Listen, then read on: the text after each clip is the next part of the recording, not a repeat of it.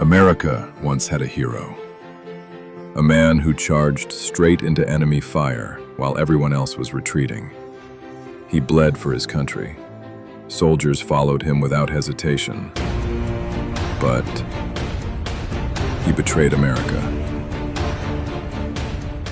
His name was Benedict Arnold, one of the most infamous traitors in American history.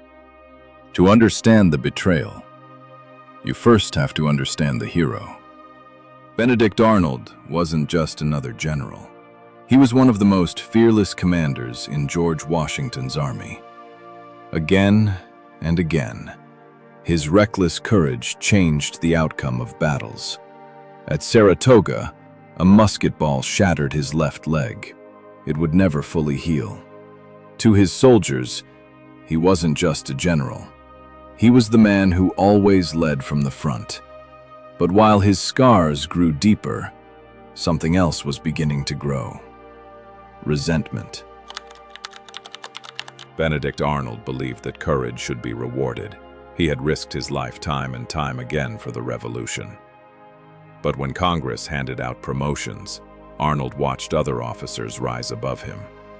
Men he believed had done far less were now his superiors.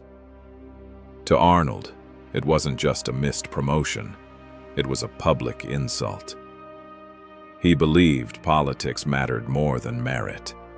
Every victory he earned on the battlefield seemed to carry less weight than influence inside the halls of Congress. The disappointments didn't end there. Political rivals accused Arnold of abusing his authority and misusing government resources. He was brought before a military court to answer the charges. Although most of the serious accusations were dismissed, the damage to his reputation had already been done. George Washington never stopped believing in Arnold. He defended him whenever he could and valued him as one of his finest battlefield commanders.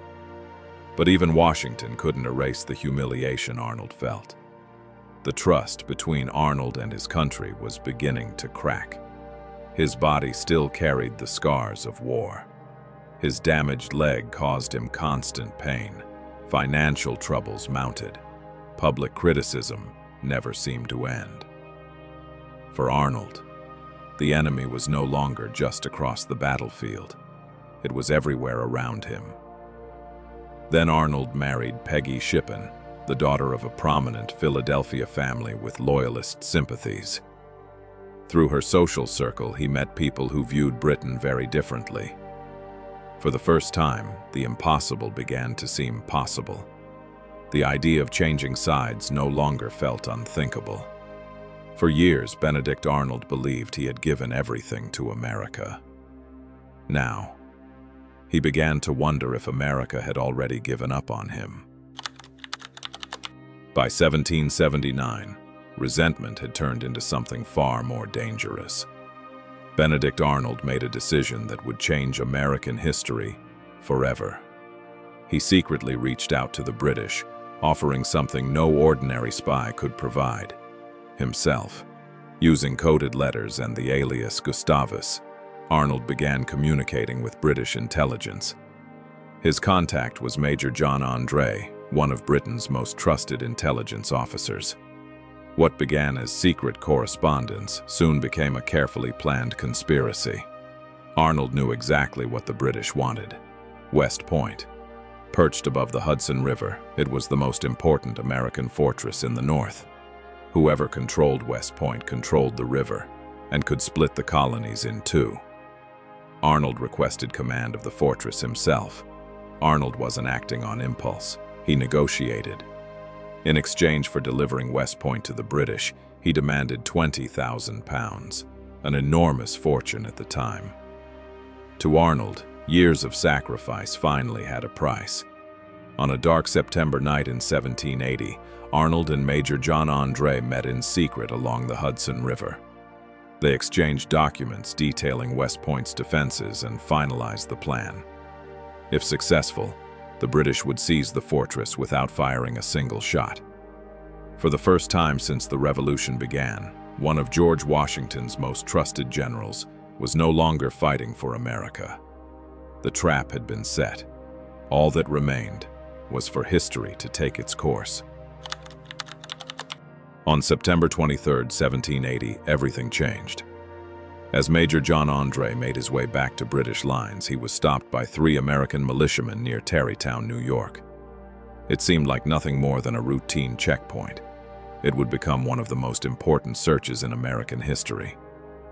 The militiamen searched André's belongings but found nothing unusual. Then they searched inside his boots. Hidden beneath his stockings were detailed plans of West Point, written in Benedict Arnold's own hand. In an instant, the conspiracy was exposed. The captured documents were rushed to George Washington. At first, he could hardly believe what he was reading. One of his most trusted generals had secretly agreed to surrender America's most important fortress to the enemy. While Washington rode toward West Point, Arnold received a warning just in time. With only minutes to spare, he abandoned his command, rushed to the Hudson River, and boarded the British warship HMS Vulture. By the time Washington arrived, Benedict Arnold was gone. John André accepted full responsibility for the mission. A military court found him guilty of espionage, and on October 2, 1780, he was executed by hanging. Arnold escaped. André paid the price. Shock spread throughout the Continental Army. Soldiers who had once admired Arnold now cursed his name. George Washington called the betrayal one of the darkest moments of the Revolution. The hero who had once inspired an army had become its greatest disgrace. Benedict Arnold had escaped with his life, but he had lost something far more valuable. Benedict Arnold had escaped to Britain, but he never found the reward he expected. The British accepted his service, yet many never fully trusted the man who had betrayed his own country. If he could betray America, what would stop him from betraying them? Arnold was given a commission as a brigadier general in the British Army, but his military career never reached the heights he had once imagined. The battlefield glory he had earned in America was gone. To many in Britain, he was useful, but never truly one of them. Back in the United States, Arnold's name became synonymous with betrayal. His extraordinary victories at places like Saratoga faded from public memory. School books remembered the traitor, not the hero who had once helped save the Revolution. Ironically, one of the few monuments honoring Arnold never mentions his name. At Saratoga National Historical Park stands the Boot Monument, a tribute to the wounded leg that helped secure victory in one of America's greatest battles. It honors the sacrifice, while leaving the man anonymous. More than 2 centuries later, calling someone a Benedict Arnold is still one of the strongest accusations of betrayal in American culture. Few historical figures have become so completely defined by a single decision. History rarely divides people into heroes and villains. Benedict Arnold was both, a fearless commander who helped build a nation, and the man who nearly helped destroy it. His story isn't just about betrayal. It's a reminder that pride, resentment, and recognition can shape history as much as courage ever could.